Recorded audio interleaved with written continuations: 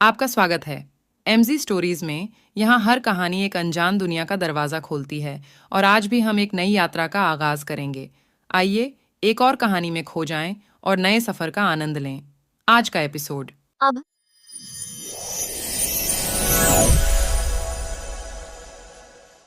त्रिशा ने तान्या को देखा और फिर कहा, तानी हमें इतने दिनों बाद मिली है।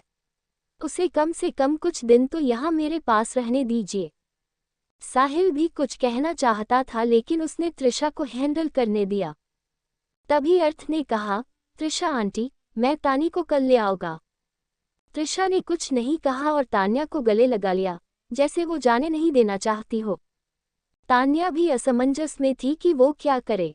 उसे तो अभी अभी याद आया कि उसकी शादी हो चुकी है, लेकिन उसे अपनी मॉम डैड भी चाहिए थे। अर्थ ने तान्या को देखा, वो उसके एक्सप्रेशंस पर ध्यान दे रहा था। कहीं इस पुल पुश की वजह से तानी की तबीयत और खराब न हो जाए। वो कुछ कहने वाला था कि किंजल ने कहा, त्रिशा तुम अब उदास मत हो। तानी यही रहेगी, उसे भी अच्छा लगेगा, और हमारे पास रहना तो उसे हमेशा के लिए है। थैंक यू किंजल दी, त्रिशा ने कहा। किंजल ने त्रिशा को गले लगाया और कहा, नो प्रॉब्लम। फिर अर्थ से कहा, तुम भी कुछ दिन के लिए यही रुको। आखिर अब तुम तानी के हस्बैंड हो। अर्थ ने हाँ में सर हिला दिया। किंजल की वजह से सब ठीक रहा था। अर्थ और अनंत तानी के साथ उसके कमरे में थे।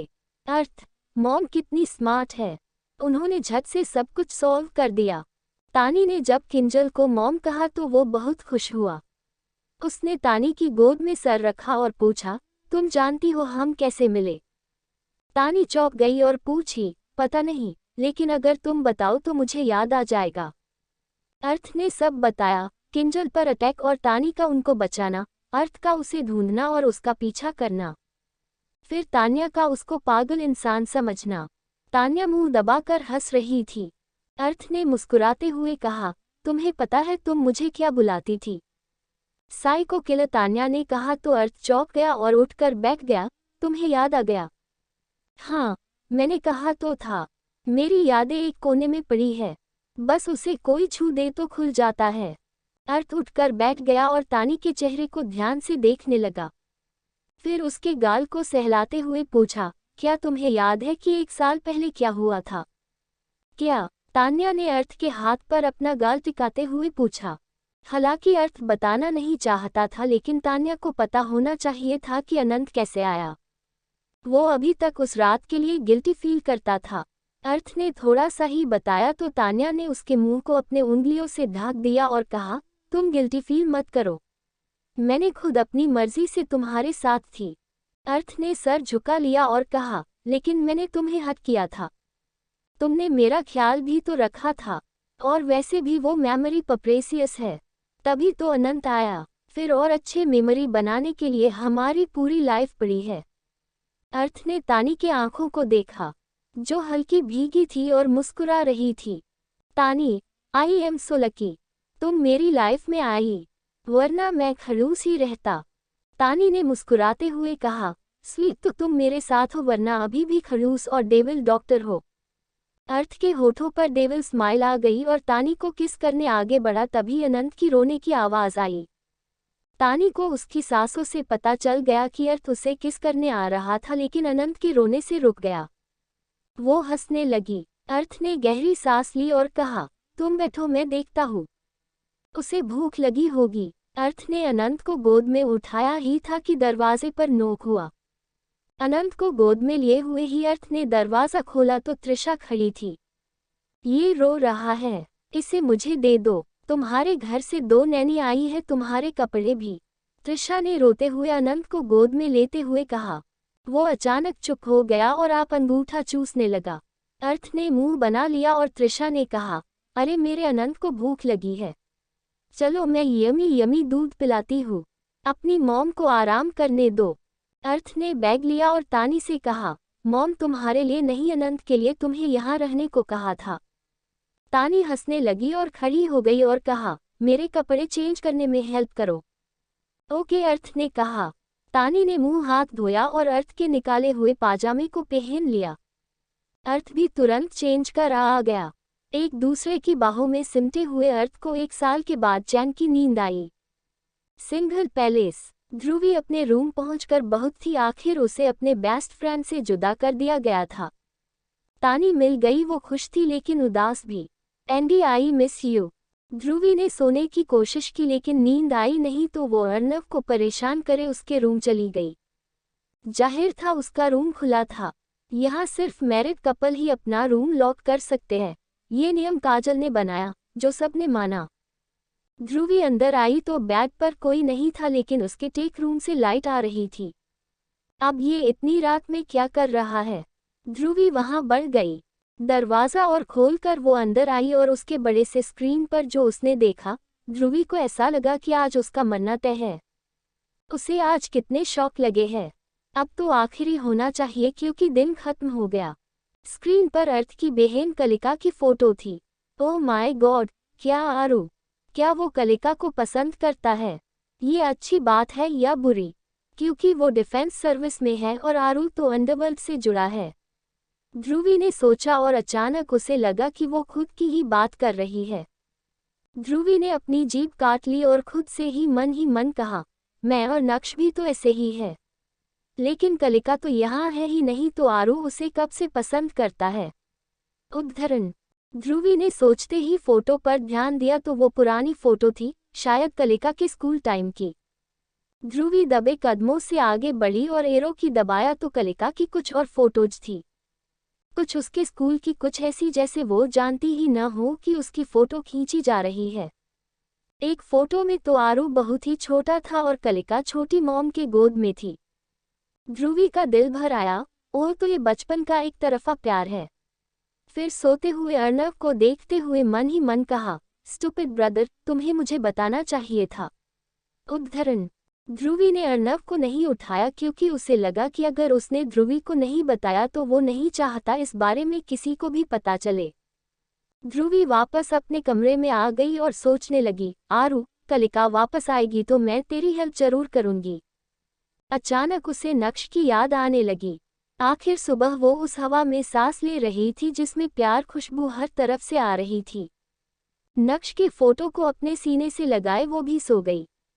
बादल भरे आसमान में चांद आधा निकला हुआ था। हल्की ठंड में हवा भी चल रही थी। समुद्र की लहरों से तेज आवाज आ रही थी। एक बड़ी सी कार के अंदर बेड लगाकर कार की छत को खोलकर 2 लोग चांद ढूंढने की कोशिश कर रहे जो बार बार बदलों में छिप जा रही थी। जो तुम करना चाहती थी वो तुमने कर ही लिया। लेकिन अगर तुम ग्राउंड नहीं करते तो मेरा मिशन पहले ही पूरा हो जाता। टीना ने ये कहा और उठकर बैठ गई। कबीर ने अपनी खाली बाहों को देखा तो उसने मुंह सिकोड़ लिया। उसने बच्चों की तरह कंप्लेन करते हुए कहा, टीना अब तो अपने बॉयफ्रेंड पर पूरा ध्यान दो।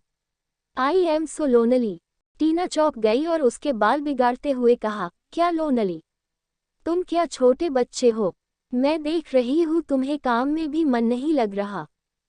कबीर ने टीना को अपनी तरफ खींचा और किस करने आगे बढ़ा तो तेज बिजली कड़की जिससे टीना डर गई। टीना तो वैसे ही बिजली के कड़कने से डरती थी। कबीर ने देखा उसका चेहरा पीला पड़ गया और अगले ही पल वो कबीर के सीने में छुप गई। कबीर हल्का हंसा और टीना के बालों को सहलाते हुए कहा, अब छोटा बच्चा कौन है? उसने कार की रूफ को बंद किया और वैसे ही बारिश शुरू हो गई। टीना ने हल्का सर उठाया और पहले गुस्से से कबीर को घूरा, फिर बाहर देखा तो बारिश हो रही थी। अगर बिना गड़गड़ाहट की बारिश हो तो कितना अच्छा होता ना, टीना ने कहा। कबीर जोर जोर से हंसने लगा, ऐसा हो सकता है? तुमने तो खुद एक्सपीरियंस किया है। टीना समझी नहीं तो कभी उसके कान में कुछ कहा और टीना का चेहरा शर्म से लाल हो गया और वो फिर से कबीर के सीने में छुप गई। बेशर्म। वो रात भी काफी लंबी थी टीना और कबीर के लिए। बाहर बारिश हो रही थी और कार के अंदर दोनों एक दूसरे पर अपने प्यार की बारिश कर रहे थे। एक दूसरे की बाहों में टीना अपने डर को भूल गई। कबीर के प्यार का असर ही ऐसा था। कुछ दिन सेठ हाउस में रहकर अर्थ अपनी नई छोटी फैमिली को लेकर वापस रावत मेंशन पहुंच गया। कुछ ही दिनों में अर्थ की केयर और ट्रीटमेंट से तान्या की सेहत ठीक होने लगी। अब वो शादीशुदा थे तो साथ रहना बनता था। अगले कुछ दिनों में तान्या की आंखें भी ठीक होने लगी। 2 सर्जरी के बाद तान्या की आंखों ने रोशनी पाली। अथर्व का लैब। तान्या ने धीरे धीरे आंखें खोली और उसने सबसे पहले अनंत को देखने की ख्वाहिश की। अनंत को भी शायद एहसास था कि उसकी माँ कुछ अलग थी। अनंत, तुम कितने प्यारे हो। अनंत अपनी टिमटिमती आंखों से तान्या को देख रहा था और अगले ही पल उसके बाल पकड़ अपनी खींच लिया और उसे लिक करने लगा। ये अनंत का प्यार जताने का तरीका था। फिर उसने अर्थ को देखा जो बहुत अलग लग रहा था। शायद उसने दाढ़ी बढ़ाई है। उद्धरण। एक एक करके उसने सबको देखा। अनंत का पहला बर्थडे, रावत मेंशन। पूरे घर को बैलून और रंग बिरंगे पेपर से सजाया गया था जैसा अनंत ने डिमांड किया था। वो तो अब चलने लगा था और बहुत बोलता था, शायद इस मामले पर अपनी माँ पर गया था। तान्या ने वापस ईयरली एग्जाम देकर वही कॉलेज ज्वाइन कर लिया। आखिर वो उसके हस्बैंड का कॉलेज था। डाइनिंग टेबल पर पैर हिलाते हुए वो बैठा और कुमुद उसे फ्रूट ओट्स खिला रही थी। तभी उसे दरवाजे पर एक सुंदर लड़की दिखी। अनंत को ब्यूटी बहुत पसंद थी। पता नहीं वो इस मामले में किस पर गया था। वो लड़की दबे पांव से अंदर आई और कुमुद के गले से लिपट गई। ग्रैंड मॉम, मैं आ गई। कुमुद तो चौंक गई और अपना दिल थपथपाते हुए बोली, कली, मेरी कली आ गई। ट्रेनिंग खत्म हो गई। यस ग्रैंड मॉम, हो गई। अब पोस्टिंग मिलेगी तब जाऊंगी। वो भी कम से कम 3 महीने बाद। फिर अनंत की तरफ देखते हुए कहा, ये तो अनंत होगा। अनंत ने आंखें छोटी की और स्टाइल से अपना हाथ बढ़ाया और कहा, कॉल मी एंडी। कलिका सकपका गई। ये 1 साल का छुटकू इतना स्मार्ट कैसे है? बोल उसे गोद में उठा लिया। फिर उसने अनंत को चॉकलेट्स देते हुए कहा, एंजॉय एंडी। अनंत ने चॉकलेट को देखा और पूछा, क्या ये ऑर्गेनिक है? कलिका फिर सकपका गई और उसकी आंखें शौक से फैल गई। ग्रैंड मॉम, ये क्या है? कुमुद ने होठ सिकोड़ लिए और कहा, डॉक्टर का कीड़ा, इसका अंदर कुछ ज्यादा ही स्ट्रांग है। कलिका हंसने लगी और अनंत को गाल पर किस किया और कहा, नहीं बेबी, अभी इसी से काम चलाओ। नेक्स्ट टाइम मैं तुम्हारे लिए ऑर्गेनिक चॉकलेट जरूर लाऊंगी। कलिका ने दोबारा किस किया और कहा, हैप्पी बर्थडे मेरा छोटू सा बेबी। अनंत ने आंखें छोटी कर ली और पूछा, आपका बॉयफ्रेंड है क्या? कलिका ने पूछा। कुमुद ने मुंह बनाते हुए कहा, बॉयफ्रेंड कह रहा है। सारे डिफिकल्ट वर्ड्स ठीक से बोलता है लेकिन आसान वर्ड्स बोल नहीं पता। कलिका फिर हंसने लगी और बोली, नो, मेरे पास टाइम कहाँ है। ओके, मैं कॉल दूंगा, अनंत ने कहा और कलिका शॉक्ड हो गई। अनंत से कुछ बड़ी बड़ी और छोटी छोटी बातें कर उसे पता चला कि घर में सिर्फ उसके डैड ही है। कलिका अथर्व के लैब के मेन डोर पर खड़ी थी। वहाँ फिंगरप्रिंट चाहिए थी। चलो देखते हैं कि अभी भी मेरी प्रिंट सेव है या मिट गई। कलिका ने सोचा और सच में फिंगरप्रिंट स्कैन करते ही उसे एंट्री मिल गई। कलिका कूदते हुए अंदर गई और अथर्व के केबिन में नोक किया। कम इन, ये 2 शब्द सुनते ही कलिका इमोशनल हो गई और भीगी आंखों से वो अंदर आ गई। डैड, कलिका ने कहा तो अथर्व के हाथ जो कुछ लिख रहे थे वो रुक गए। अथर्व ने अपना सर उठाया तो जैसे वो किंजल की परछाई थी। वो उसकी प्रिंसेस थी। अथर्व ने फौरन कलिका को गले लगा लिया। कली, I missed you so much. तुम्हारे भाई ने मेरा दिमाग खराब कर दिया इन सालों में। मेरी कली ही बेस्ट है। एटलीस्ट तुम डैड को सबसे ज्यादा प्यार जो करती है। अथर्व की बातें और उसकी कंप्लेंट सुनकर कलिका हंसने लगे। डैड। कलिका को अपनी बाहों से नीचे उतार कर अथर्व ने उसे ध्यान से देखा और कुछ देर तक देखता रहा। कलिका ने कुछ नहीं कहा, बस मुस्कुराती रही। मेरी छोटी प्रिंसेस कुछ बड़ी लग रही है। हाँ तो अब कंप्लेंट करना बंद कीजिए और बताइए मॉम कहाँ है? और भैया और भाभी कहाँ हैं? अथर्व ने मुंह बना लिया। मैं उनका कोई सेक्रेटरी हूँ क्या? फोन करके पूछ लो। कलिका हंसने लगी और बोली, अनंत का एटीट्यूड बिल्कुल आपकी तरह है। कलिका फिर अपने कमरे गई। उसका कमरा जैसे पहले था वैसा ही था जैसे वो छोड़ कर गई थी। तभी उसके कमरे में नोक हुआ और कुमुद अंदर आई। Grand mom. कुमुद ने मुस्कुराते हुए फिर से कलिका को गले लगा लिया और साथ में उसके फेवरेट स्नैक्स भी ले थी। आई होप तुम्हें अभी भी पसंद हो। कलिका ने पनीर के पकोड़े का एक पीस उठाया और खाते हुए उसे ऐसा लगा जैसे स्वर्ग। I missed it so much. फिर अपने कमरे को देखते हुए कहा, मेरा रूम तो परफेक्टली सेम है। तो होना ही था, आखिर ये हमारी प्रिंसेस का रूम है। कुमुद के जाने के बाद कलिका ने जल्दी से कपबोर्ड खोला और कुछ ढूंढने लगी। वो एक ज्वेलरी बॉक्स थी, मिल गया। उस बॉक्स के मिलते ही कलिका की आंखों की चमक बढ़ गई। वो बेड पर बैठी और बॉक्स खोला। उसमें बहुत सारी कॉस्टली ज्वेलरी थी, लेकिन उसे जिसकी तलाश थी वो फाइनली मिल गई। कलिका ने चमकती आंखों से और होठों में मुस्कान लिए उस छोटे से ब्लू बॉक्स को खोला तो उसमें एयर स्टड थे जो बटरफ्लाई शेप के थे।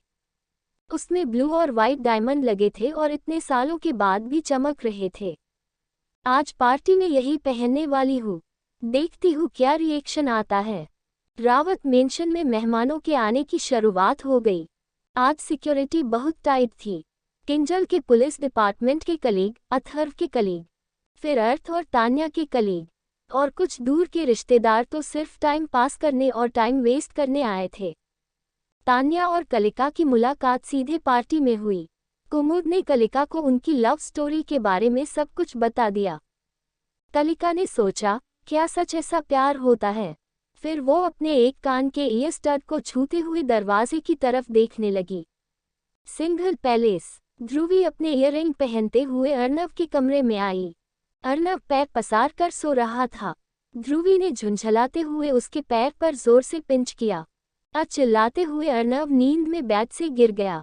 फिर उसने ध्रुवी को देखा और गुस्से से झुंझलाते हुए कहा, बंदरिया कहीं की, क्या कर रही है? पागल है क्या? ऐसे कौन जगाता है? और क्या है, पार्टी में जाना है तो मैं नहीं जा रहा, बोल। अर्नव फिर से बिस्तर पर गिर गया और चादर के नीचे घुस गया।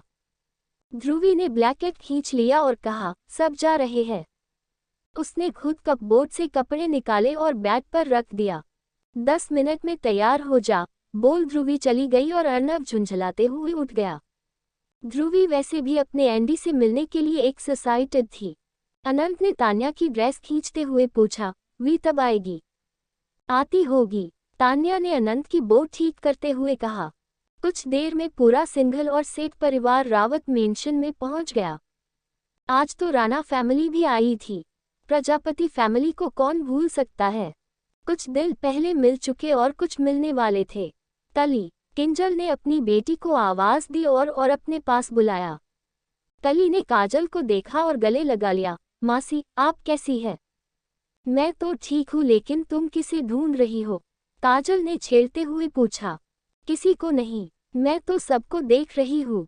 तभी एक 17 साल का लंबा चौड़ा घुंघराले बालों वाला लड़का आया और कलिका को हवा में उठा लिया। कलिका, आप वापस आ गई। ये ध्रुव था और उसके पीछे रामा और प्रिया भी थे। अचानक काजल और किंजल ने प्रिया को देखा और उन्हें वो अलग लगी।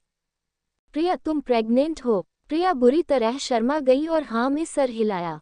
ध्रुव ने कलिका को नीचे उतारा और कहा, अक्का देखो, एक और बहन आने वाली है। कलिका, प्रिया और रामा के गले मिली और कहा, तो आप श्योर है मेरी बहन ही है? प्रिया ने कंधे उचका दिए और कहा, किसी को नहीं पता, लेकिन दोनों बाप बेटे को लड़की चाहिए।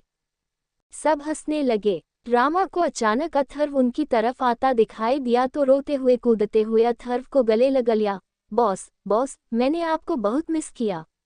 आप मुझे अपने पास रहने क्यों नहीं देते?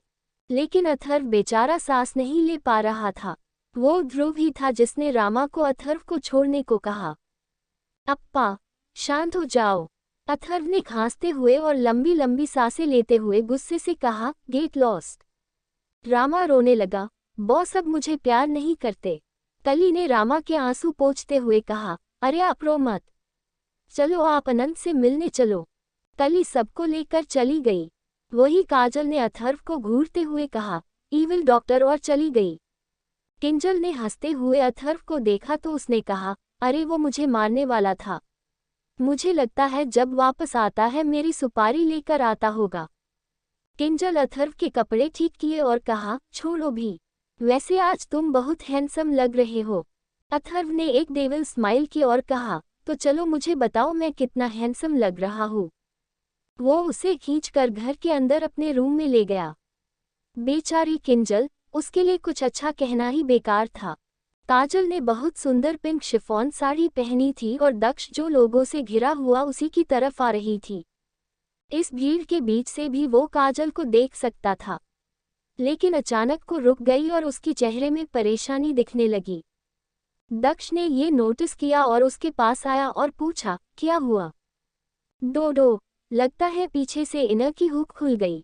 दक्ष ने अपना ब्लेजर काजल को पहनाया और उसे अपने साथ घर के अंदर ले गया। एक गेस्ट रूम में पहुंचकर काजल ने कहा, डोडो एक बार चेक करो तो। दक्ष ने जब काजल की बाल आगे की तो उसकी खुली पीठ थी। जैसे ही दक्ष की ठंडी उंगली ने उसकी पीठ को टच किया तो वो चौंक गई। इस वजह से दक्ष के अरमान जागने लगे, लेकिन ये समय सही नहीं था। उसने ब्लाउज की हुक खोली और इनर के हुक को लगाया, लेकिन अगले ही पल दोबारा खोल दिया। दक्ष ने काजल को सामने आईने में देखा जो ब्लश कर रही थी, लेकिन उसकी भवें सिकुड़ी हुई थी। एक छोटी सी मुस्कान के साथ दक्ष ने काजल को अपनी तरफ पलटा और किस कर लिया। ध्रुवी ने आते ही सबसे पहले अनंत को गले लगा लिया। My baby, happy birthday, my cutie, कैसे हो तुम? तिथु, अनंत ने कहा। ध्रुवी मुस्कुराए और एक रिमोट उसके हाथ में दिया। माय बेबी, चलो इस बटन को दबाओ। ध्रुवी ने अनंत को गोद में उठाते हुए कहा। ओके। फिर अनंत ने बटन दबाया और दूर से आसमान में एक तेज धमाका हुआ। रावत मेंशन के लोगों की नज़रों के साथ साथ शायद पूरे शहर ने आसमान में हो रही आतिशबाजी को देखा। अनंत तो ध्रुवी की गोद में ही उछलने लगा। Wow wow, thank you my best friend. कई रंग बिरंगे आतिशबाजी के अंत में आसमान में लिखा था, हैप्पी बर्थडे अनंत। तालियों की गड़गड़ाहट गूंजने लगी। तभी कुछ लोग बड़ा सा बर्थडे केक लेकर आए। अनंत ने अर्थ और तान्या की गोद में रहते हुए केक काटा और सबने बर्थडे सान गया। जैसे ही गाना खत्म हुआ अचानक लाइट्स बंद हो गई और अगले 2 सेकंड में एक स्पॉटलाइट अर्थ और तान्या पर गिरी। अर्थ एक बॉक्स लिए जिसमें एक अंगूठी थी, घुटनों पर था। तान्या तो चौंक गई। हालांकि हमारी शादी हो चुकी है, लेकिन मैं तुम्हें दुल्हन के रूप में देखना चाहता हूँ। तो क्या मिसेस तान्या अर्थ रावत मुझसे दोबारा शादी करेगी? अर्थ ने मुस्कुराते हुए कहा। तान्या के होठ के कोने उठ गए। उसने अपना हाथ पीछे किया और एटीट्यूड से कहा, इंसान एक ही गलती दोबारा नहीं करता। हाँ, अर्थ का चेहरा देखने लायक था और हंसने की आवाज़ हर जगह से आने लगी। लेकिन तभी तान्या ने ताली बजाए और सबका ध्यान अपनी तरफ करते हुए कहा, लेकिन अगर गलती तुम हो तो मैं ये गलती हर पल करते रहूंगी, बिकॉज आई लव यू। फिर से ताली बजने लगे। तान्या ने अर्थ को आंख मारी और अपनी उंगली आगे कर दी। दोनों ने एक दूसरे को अंगूठी पहनाया और शादी की डेट की अनाउंसमेंट बाद में करने का अनाउंसमेंट हुआ। वही रावत मेंशन की गेट पर एक गेस्ट को रोक दिया गया क्योंकि इनविटेशन कार्ड नहीं था। वो इतना ज्यादा हड़बड़ाया हुआ था कि वो बस बिना तैयार हुए ही पहुंच गया था। उसके बाल बिखरे थे और जूते भी गंदे, लेकिन इससे वो और सेक्सी और हैंडसम लग रहा था। अरे, मैं कार्ड लाना भूल गया। मेरा नाम लिस्ट में होगा। मेरे पास आईडी कार्ड भी है। गार्ड्स ने उसे ऊपर से नीचे देखा तो उन्हें भी लगा कि ये शख्स झूठ तो नहीं बोलेगा। उसने टाइम देखा तो सिर्फ 5 मिनट बचे थे। आईडी कार्ड देखकर गार्ड्स ने उसे जाने दिया। उसने अपना भारी सामान एक गार्ड को पकड़ा दिया और कहा, इसे मैं यही छोड़ रहा हूँ, बाद में ले जाऊंगा। स्कैन करने पर उसमें सिर्फ कपड़े ही थे। गार्डन में सब अब बातें कर रहे थे कि तभी आसमान में फिर धमाका हुआ। आतिशबाजियों में रोमांस का लुक था। सबको लगा कि ये अर्थ ने किया होगा, लेकिन अर्थ और कबीर को सिर्फ पता था कि ये किसने किया था। उन दोनों ने अपनी नजरें घुमाई तो वो शैम्पी लुक में दौड़ते हुए वही आता दिखाई दिया। तुमने पिल किया? अनंत ने ध्रुवी से पूछा। ध्रुवी ने न में सर हिलाया और उसकी नजर हटी ही नहीं आसमान से। सो रोमांटिक एंड ब्यूटीफुल, ध्रुवी फुसफुसाए, लेकिन ये किसके लिए है? तभी एक मैसेज आसमान में दिखा, विल ध्रुवी मैरी नक्श। आसमान में लिखा मैसेज उसके लिए था। ये देख ध्रुवी हक्की बक्की रह गई। उसका मुंह खुला का रह गया। उसकी आंखें चमक रही थी। एक अजीब चमक थी, एक अजीब एहसास था। नक्श, उद्धरण। तभी अनंत ने ध्रुवी का हाथ खींचा। तब उसने नीचे देखा तो देखती रह गई। नक्श उसके सामने था, अपने घुटनों पर, और उसके हाथ में एक रिंग थी। उसने अपनी मिलिट्री यूनिफॉर्म पहनी थी और उसके बाल बिखरे हुए थे। सॉरी, मेरी फ्लाइट लेट थी, वरना मैं अच्छे से ड्रेस अप होकर आता। नक्श की आवाज़ सुनते ही ध्रुवी को यकीन हो गया कि सामने नक्श ही है और उसके ठहरे हुए आंसू गिर पड़े। नक्श ने भावे सिकोड़ ली और वो नर्वस हो गया। शायद ध्रुवी अभी इन सब के लिए रेडी नहीं थी।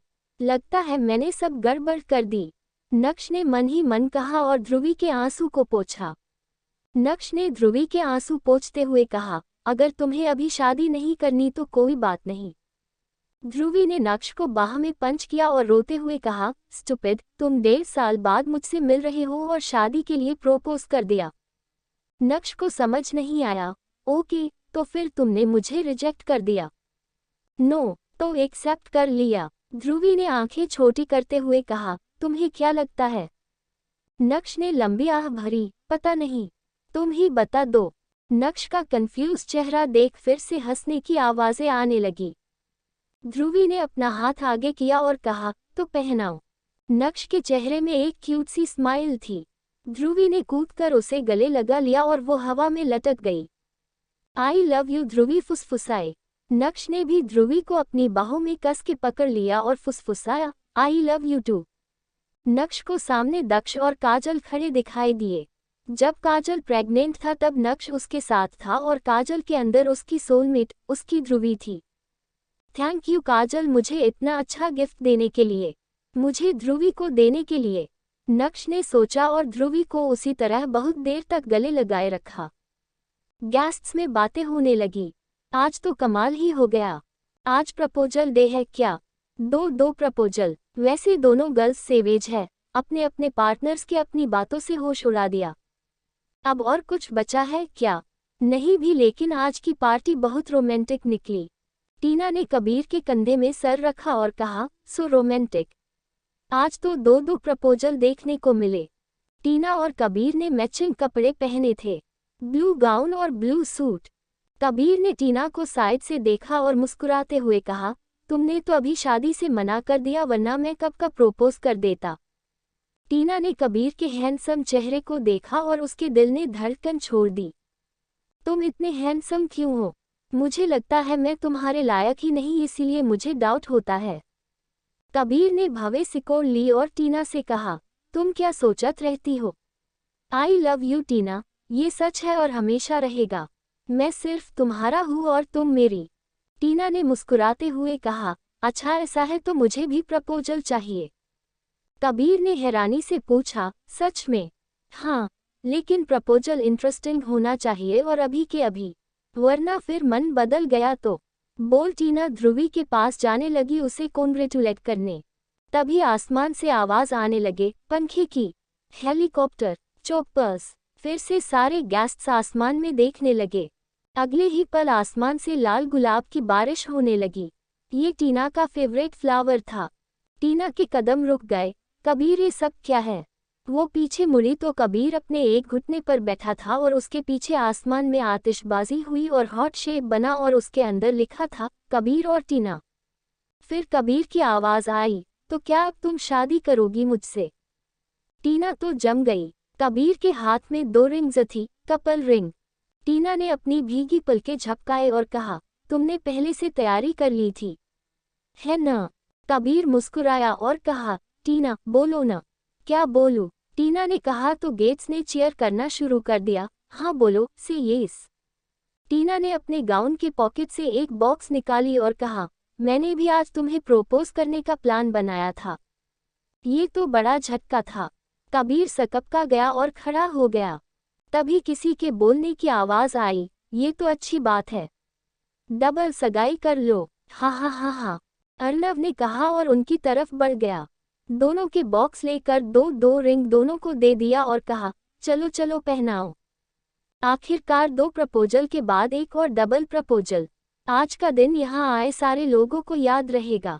यही कि बच्चे की बर्थडे पार्टी में 3 शादी के प्रपोजल्स हुए। काजल ने दक्ष से कहा, डोडो, क्यों न दोनों का साथ ही एक ही मंडप में शादी करवा दी जाए, आखिर दोनों ट्विंस भी तो है। दक्ष ने काजल को प्यार से देखा और कहा, जैसा तुम चाहो। दक्ष की नजरों से काजल का चेहरा लाल हो गया। डोडो हमेशा मुझे क्लीन बोल्ड कर देता है। ये सच में एंजल प्रिंस है, काजल ने खुद से कहा और मन ही मन खुद पर घमंड भी हुआ कि ये एंजल प्रिंस सिर्फ उसका है। अर्नव जब थोड़ा साइड हुआ तो उसे कलिका दिखी जो उसकी तरफ आ रही थी। उसे पता था कि कलिका वापस आ गई है, इसीलिए तो वो पार्टी में नहीं आना चाहता था। कलिका को देखते ही वो नर्वस हो जाता था। वो फिर भागना चाहता था लेकिन कलिका ने उसे रोक लिया और कहा, तुम मुझे देखकर भाग क्यों रहे हो?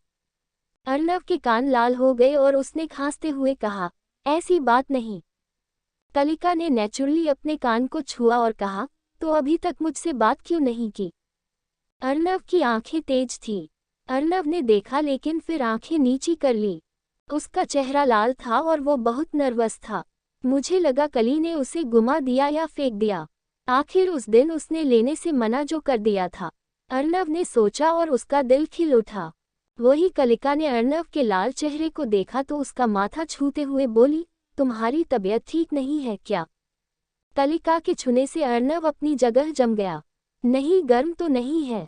फिर कलिका ने अपने दोनों हाथ अर्नव के गालों में रख दिए। बिल्कुल गर्म नहीं है। फिर गले पर रख दी। तुम्हें कोई बुखार नहीं है लेकिन तुम्हारा चेहरा लाल क्यों है? कलिका ने चिंता से अर्नव को देखा लेकिन उसे नहीं पता कि अर्नव इतना नर्वस हो गया कि उसका दिल बाहर ही आ जाएगा। तभी अर्नव का हाथ कलिका ने पकड़ा और अपने साथ ले जाते हुए कहा, चलो मुझे थर्मामीटर से चेक करना होगा। बेचारा अर्नव, अब वो क्या करे? जब अर्नव ने प्यार को समझा था, उसके लिए प्यार का नाम उसकी कली थी। वो हमेशा कली को अपने दिल की बात बताना चाहता था लेकिन उसे डर था कि अगर कली उसे रिजेक्ट कर दे तो वो बुरी तरह टूट जाएगा। इसीलिए उसका प्यार दिल में ही रहा। जब कली का सिलेक्शन नेवी में हुआ तो वो खुश भी था और दुखी भी। 3 साल पहले एयरपोर्ट में, कली मैं तुम्हारे लिए कुछ लाया हूँ। अर्नव ने बॉक्स लेते हुए उसकी गिफ्ट पेपर खोला और वही बटरफ्लाई ईयर स्टड थे। कली मुस्कुराए और कहा, ब्यूटीफुल है, लेकिन वहाँ ये सब पहनना मना है। तुम अभी अपने पास रख लो। अर्नव को डर था कि अगर वो उसे अपने पास ले लेगा तो कली उसे फिर नहीं लेगी। नहीं, तुम इसे अपने पास ही रखो, बोल अर्नव ने झुककर कली के गाल पर किस किया और भाग गया। उसने पीछे मुड़कर नहीं देखा। देखा होता तो पता चल जाता कि कलिका ब्लश कर रही थी और उसका दिल नाचने का करने लगा। अर्नव, मैं तुम्हें बहुत मिस करूंगी। मेरा वेट करना। कोई गर्लफ्रेंड मत बनाना, लेकिन फिर भी मैं तुम्हें सबसे चुरा लूंगी। कलिका ने मन ही मन कहा और अपनी फैमिली के पास चली गई। उसने कुमुद को वो बॉक्स दी और उसे कहा रखना है, वो कुमुद को बता दिया। प्रेजेंट कुछ देर पहले, कली, हमारी नेवी गर्ल मिलो इनसे, ये भी आर्मी में कमांडो है, नक्श शेखावत। ध्रुवी ने चहकते हुए कहा। कलिका ने नक्श को देखा और उससे हाथ मिलाया और ध्रुवी को देख पूछा, शेखावत? क्या मैं जानती हूँ। सालों पहले हुए अंडरवर्ल्ड में तख्ता पलट के बारे में सेकंड जनरेशन भी जानते थे। नक्श ने मुस्कुराते हुए कहा, हाँ वही शेखावत, लेकिन मैं नक्श अपना नाम ज्यादा प्रेफर करूँगा। कलिका ने होठ सिकुड़े और कहा, वैसे नाम में कुछ नहीं, वो तो कर्म होने चाहिए। नक्श सिर्फ मुस्कुरा दिया, फिर वो फ्रेश होने और कपड़े बदलने चला गया। कली, तुम्हारे ईयर स्टड ब्यूटीफुल है, ध्रुवी ने कहा। कलिका के हाथ अपने आप अपने कान में चले गए और वो मुस्कुराई। उसकी मुस्कान में शर्म की झलक थी। बॉयफ्रेंड ने दी है। ये कलिका थोड़ी नर्वस हो गई। उसे खुद नहीं पता अर्नव उसका बॉयफ्रेंड है या नहीं। कलिका ने कुछ नहीं कहा और बात टालने के लिए इधर उधर देखने लगी और कहा, वी चलो कुछ पीते हैं। ध्रुवी अब इस डिपार्टमेंट में एक्सपर्ट थी तो उसके कलिका का हाथ पकड़ रोक दिया और पूछा, कली बताओ न किसने दिया। जब फिर कोई जवाब नहीं आया तो ध्रुवी ने खुद जवाब दिया, अर्नव ने दिया है न। कलिका चौंक गई और ध्रुवी से नजरें नहीं मिला पाई। ध्रुवी को होठों में अचानक एक बड़ी सी स्माइल आ गई। ओह, दोनों तरफ आग बराबर लगी है। कलिका को समझ नहीं आया, आग कहाँ है आग? ध्रुवी ने अपनी उंगली कलिका के दिल पर रखी और कहा, यहाँ, और एक तरफ उंगली दिखाकर कहा, और वहाँ भी। कलिका ने उंगली की दिशा में देखा तो वहाँ अर्नव खड़ा था और किसी से बातें कर रहा था। कलिका कुछ बोल नहीं पाए और उसका दिल तेजी से धड़कने लगा।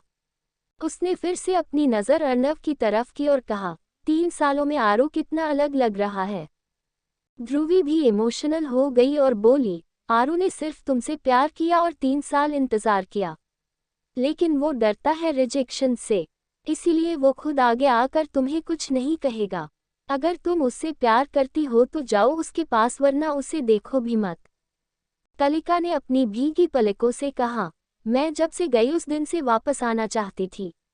मुझे डर था कि कहीं कोई और आरू को मुझसे चुरा न ले। फिर ध्रुवी के कंधे पकड़े हुए पूछी, आरू की कोई गर्लफ्रेंड तो नहीं है ना? या वो किसी को पसंद? ध्रुवी ने अपने बहते आंसू रोके और ना में सर हिलाया। कलिका रोते हुए हंस दी। उसने ध्रुवी को गले लगाया और धीरे से कहा, तो फिर आरू सिर्फ मेरा है। कुछ देर बाद कलिका अर्नव को खींचते हुए अपने कमरे में ले गई। फर्स्ट एड बॉक्स से थर्मामीटर निकाला और अर्नव से कहा, चलो मुंह खोलो। लेकिन मुझे बुखार नहीं है, अर्नव ने खड़े होते हुए कहा। कलिका ने उसे दोबारा बैठा दिया और कहा, तो क्या तुम शर्मा रहे हो?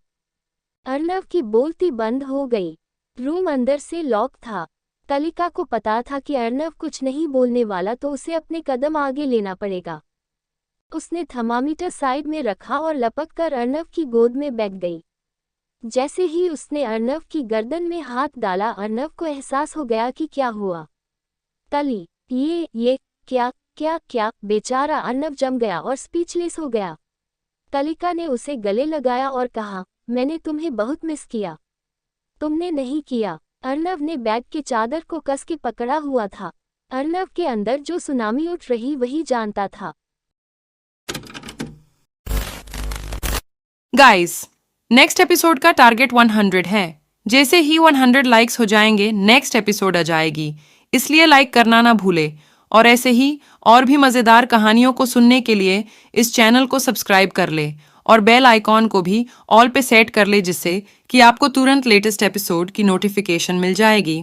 Thanks for watching.